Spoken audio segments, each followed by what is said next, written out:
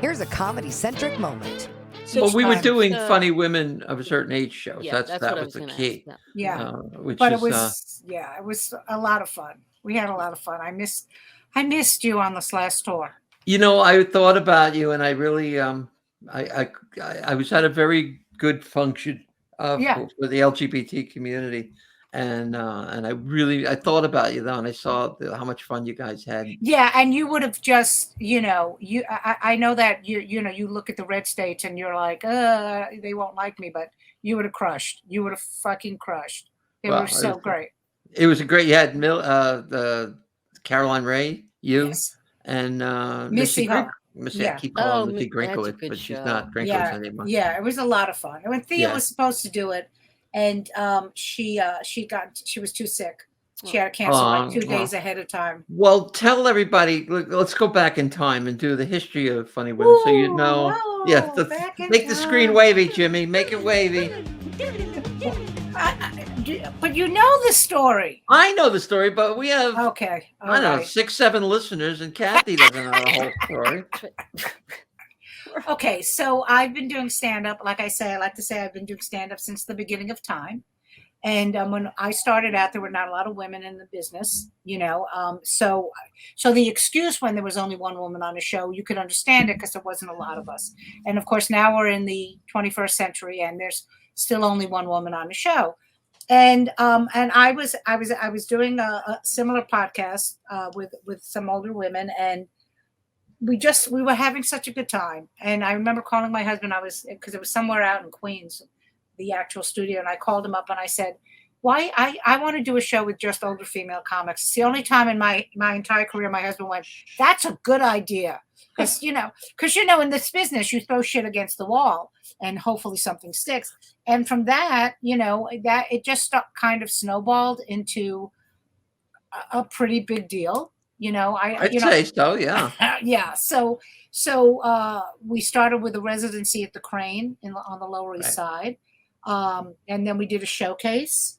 You were on, I think, the first show we did at the Crane, first or right? second one. Yeah, I think that. First or second. And then, and literally, when I was thinking of people for the show, she was probably one of the first or second. I was at the show the night the Showtime people came. Okay. Yeah. I don't know which one that was. I was also on that one. So yeah. So I wanted Julia to be part of it from the beginning. And it, it's turned into a nice, I'm very proud of the show. It's basically, it's all female headliners and they're over 50. It's an untapped market. It's still an untapped market.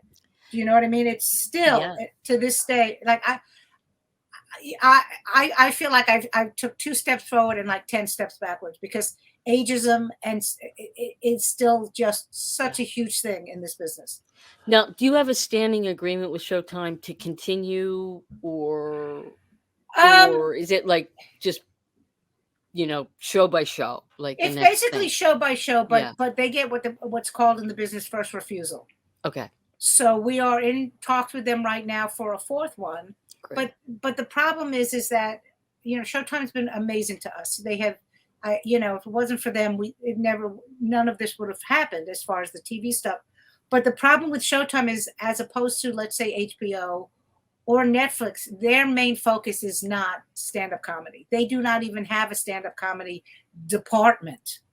Do you know what I mean? So we went through somebody else that we knew that was able to get us in that way. So it's hard because it always feels like I'm pulling teeth with them. I love them, but it's like, you have something. You are the network that pushed this through. That's a big badge of honor to be able to do that. So we're waiting to see. It all hinges on whether or not we can get a celebrity. When the show was originally, well, I'm a movie star now. Yes, you are. But we just had a big conversation about a cameo. So yes, yeah, what a cameo is. Yeah, but you've already done the show, so we have to get. Yeah, well, you could do a best of and bring back. Right, boy, she's insatiable. I'm still waiting for America's Got Talent to bring me back. Right. They brought everybody else back. They brought dead people back. They still haven't asked me to come back. So they're bringing Whitney Houston's hologram back.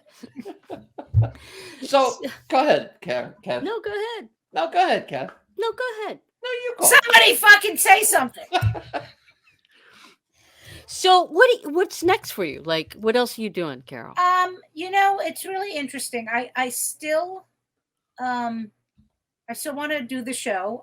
We parted ways with the production company that was producing the show. So I'm taking on the gigantic task of trying to book the show by myself on the road, which is you're doing it. You're gonna do it. Well, for the time being. Because you know what I mean. But that's okay. We have tentative dates already for 2023. It's just a matter of sitting down and doing it. And it's a lot of work to be a producer and then to also be a comedian.